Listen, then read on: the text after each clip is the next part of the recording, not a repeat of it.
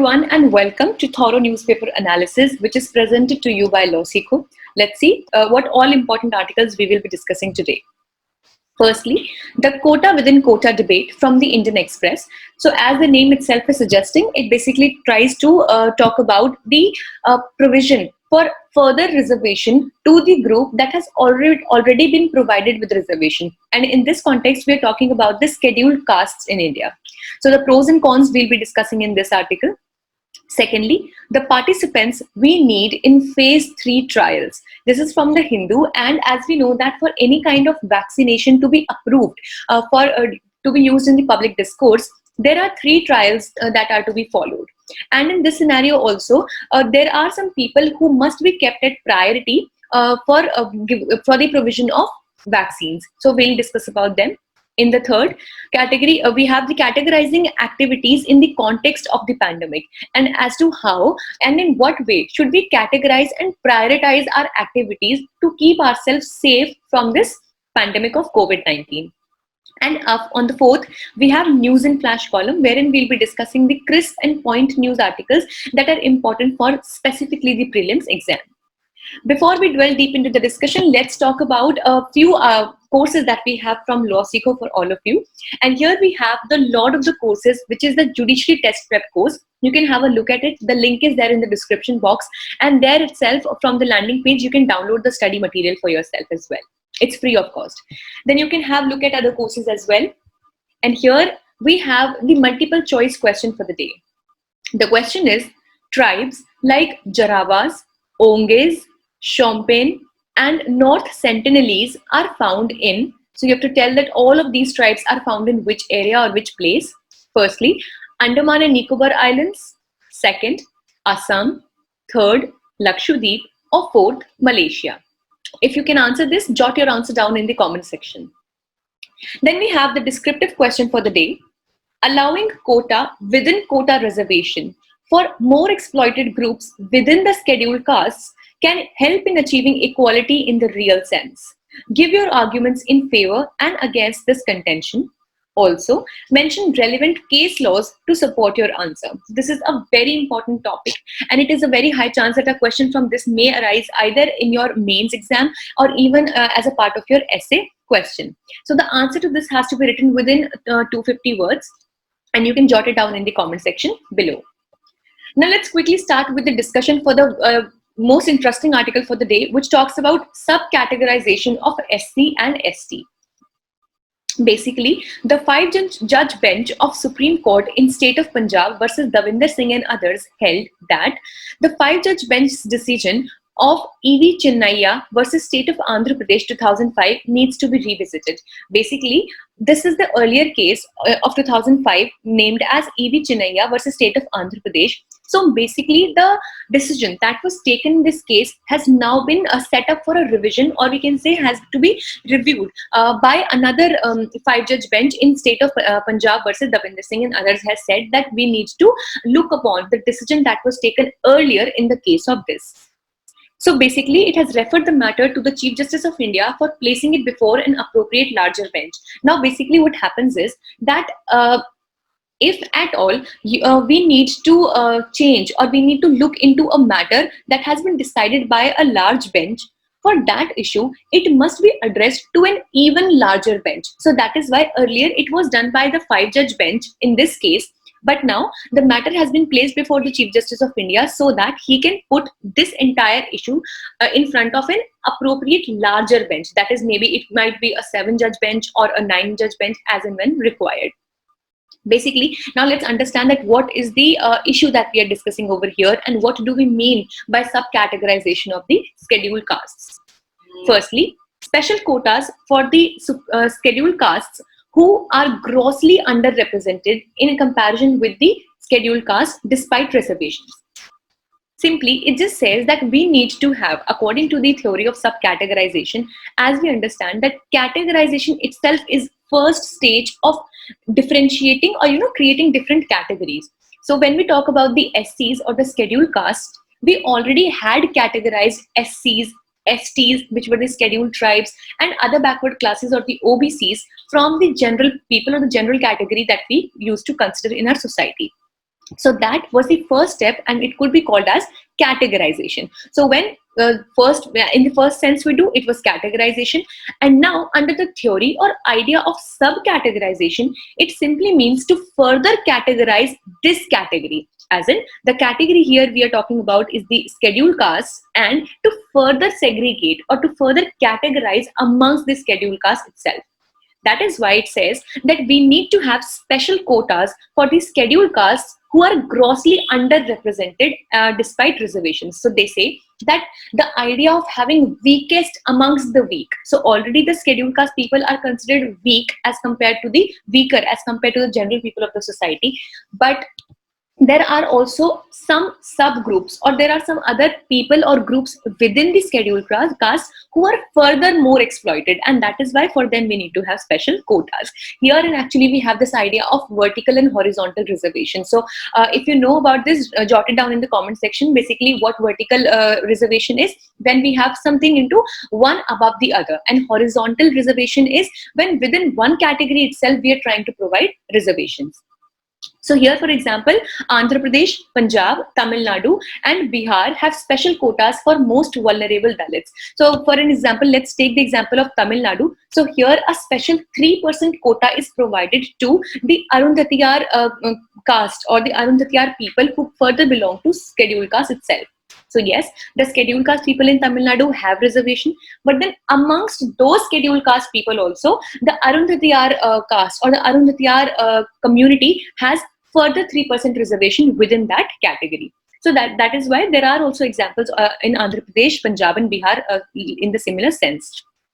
Then what was ruled in E.V. Chennaiya versus state of Andhra Pradesh and others? Now the actual thing that we are trying to challenge. Firstly, only the president has the power to notify the inclusion or exclusion of a case of a caste as scheduled. Please mind, this caste as the scheduled caste, and states cannot tinker with the list. So basically the first thing that here we are trying to challenge, which was held in the E.V. Chennaiya case, was that only the president. Now as we know, the reason why they are called as scheduled castes or scheduled tribes. So why do we actually use this term scheduled before them? That is the very sense that makes us understand that it is notified by someone, or it is actually put in a special scheduled list for special being treated as a special category, and that person is actually the President of India. Basically, it should be understood here that it is not the constitution that actually categorizes the other these castes or peoples or subgroups into these scheduled category. Rather, it is the president who has this power to put different castes or tribes into the scheduled caste or scheduled tribe category.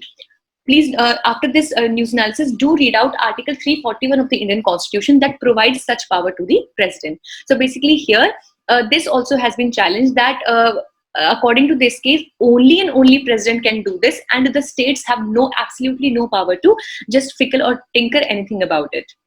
Then secondly, constitution treats all scheduled castes as a single homogeneous group. Now as we know that here also the president can, yes, of course he can categorize some castes as scheduled castes or some tribes as scheduled tribes, but then again the constitution is nowhere recognizing that in these SCs and STs also, there are further exploited groups who need more of attention and more facilities as compared to the other SCs also. And that is why the constitution treats all the SCs as a single homogeneous group.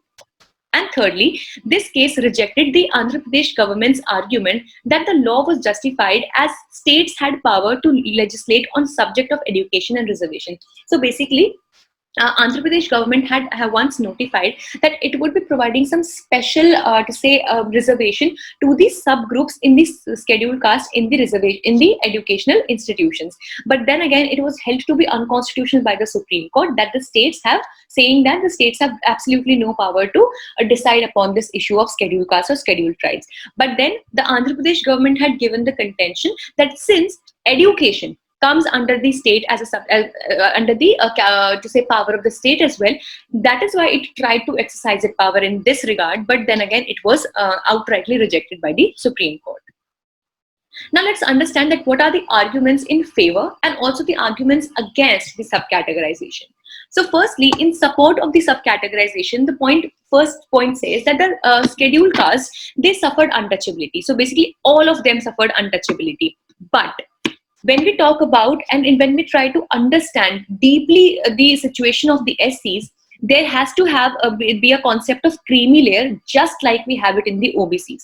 So like OBCs also, they are also considered to be one of those backward classes of the society who need more attention and reservation from the side of the government.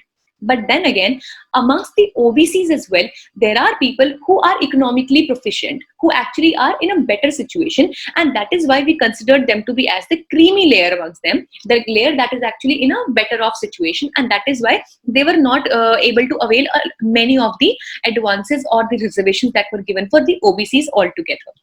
Similarly, in the case of SCs also, there is a concept of creamy layer, and it was actually also upheld. It was totally supported by the Supreme Court in the case of Jarnail Singh versus Lakshmi Narayan Gupta.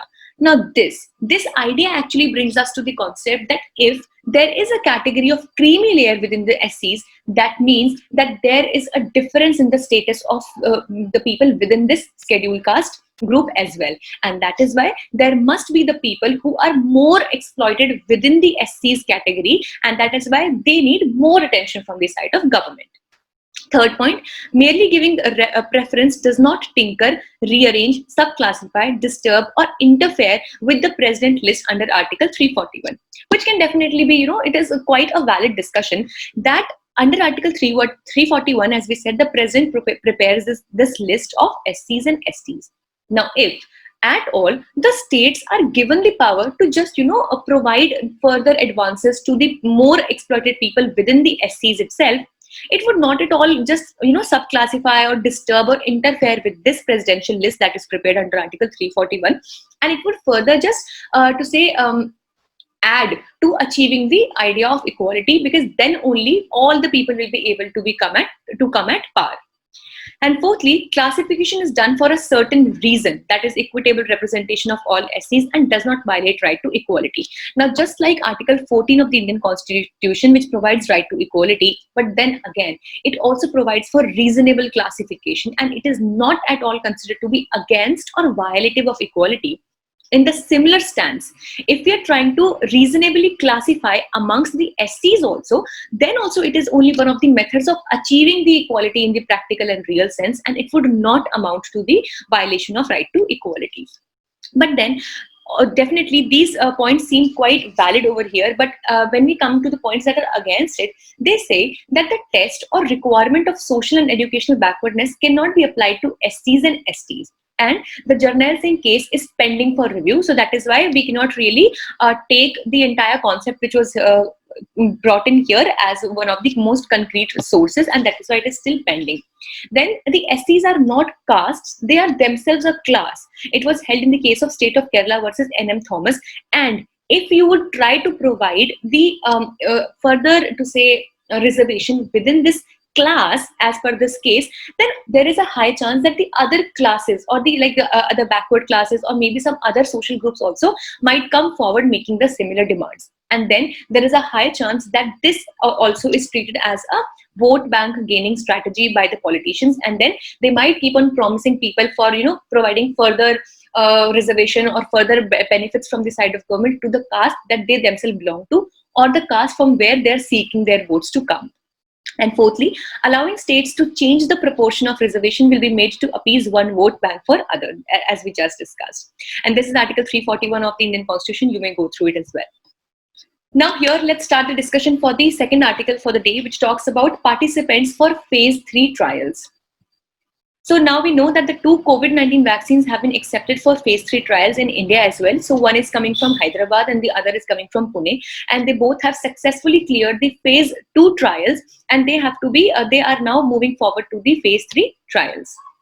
Now let's understand that what are the different phases of the trials.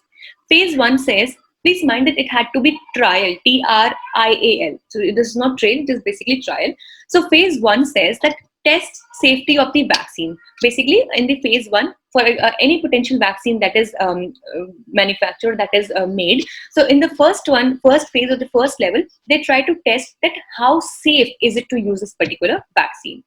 Then if they are found to be sound and safe and good to go, then they move forward to the second phase. Now in the second phase, we test both, again, the safety, because obviously, when we are trying to fight against any virus, any disease through any vaccination, that vaccination should not only be able to fight the virus, obviously, but then also it should be safe for the human body. Like, for example, if we are able to develop a vaccine that is fighting very nicely and very accurately this COVID-19 virus, but then it has some severe effects, for example, on the liver of the person who has taken this vaccine or on the brain cells of that person, how do we think that it is feasible to use this vaccine? Obviously, it is not. So that is why all kinds of safety measures have to be taken. And then again, in the phase 2, we ensure that the safety is still, it is carried out and the vaccine is safe enough. And secondly, the vaccine's ability to induce a virus neutralizing antibody with or without T cell mediated immunity.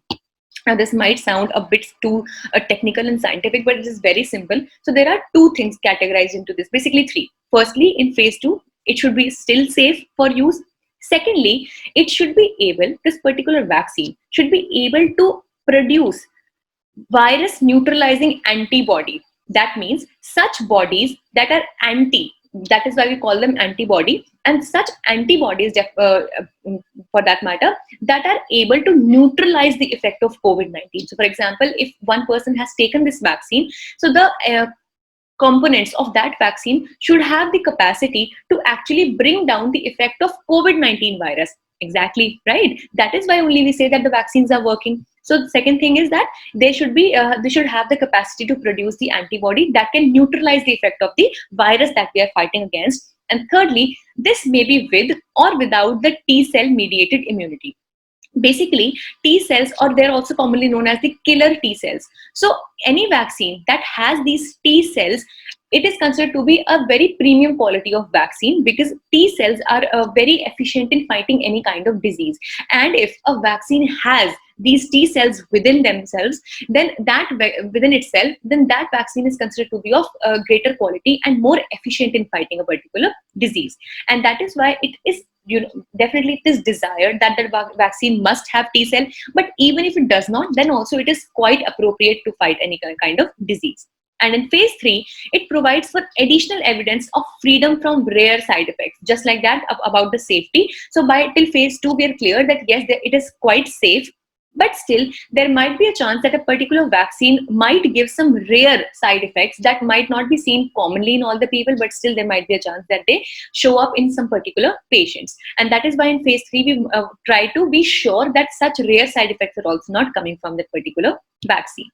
This is very important. This can be a question from mains point of view also and a prelims point of view also. Now here, let's see that what are the objective of the vaccinations. So there are three objectives. First is the short term, then medium term, and then long term. Short term, we see that it should protect vulnerable individuals from serious disease and death, obviously. Then for the medium term, it should be able to protect occupationally exposed individuals from acquiring or transmitting infection. Now, in this case, in case of COVID-19, who are the people who are at a greater risk of catching the virus? Two of them. Firstly, the people who are the frontliners, that are the doctors, the nurses, and the police, for example, right? And the second ones are the people who are suffering with other morbidities, like for example, the people who have heart ailments, who have diabetes, who have asthma, or similar problems that add up to their vulnerability of catching the virus. So they must be given higher priority in the list of vaccinations. That means they should be given vaccinations in a priority sense. And thirdly, long term, we should be able to eradicate the viral infection finally. So here, now we know that why healthcare workers should take part in phase 3. So basically, this article talks about that if when we are doing the trials for vaccination, so within the trial itself, we should make it possible that the healthcare workers are the ones who are volunteering to get the trials done on themselves. Because if in finality the trial works out in a correct scenario, it gives the best results, then we already will have a lot of healthcare workers who have been immunized. And further, these people are the ones who can give a better outlook and a better review of these vaccines. So then how to mobilize healthcare workers to participate? So basically there are some steps given, like we have taken some examples from the international area also, and that is why we should incentivize them more to take part as volunteering for the vaccine testing. So with this, let's discuss about the third article for the day, which talks about categorizing activities in pandemic. So basically it is saying that with growing time, and since the time we are becoming more of acquainted with the virus, that is COVID-19 virus, we are actually taking it quite lightly, and people are not really taking the right steps to curb this virus. And that is why the reasons could be that we think that it is not new anymore, and we are, it is human behavior, that in the initial stages we are very precautious, we take care of a lot of things, but later on we tend to become lethargic. Then people believe that stepping out of homes will result into infection, and so they just start sitting at home, and they also try to keep their house helps, the servants and all at home also, which further increases the chances of catching virus. So here the solution that is provided is that color coding should be done. If you remember that in the initial stages when the COVID-19 was spreading, the government had categorized areas and localities also into three colors: the red zones, orange zones, and the green zones, keeping in mind that how many cases were prevalent in those areas. So in the similar sense, the author says that here also the activities that are done by the people should be color coded. That the ones that are most dangerous, for example, going to a gym or for swimming community in a community pool, for example, so that should be labeled as red color code.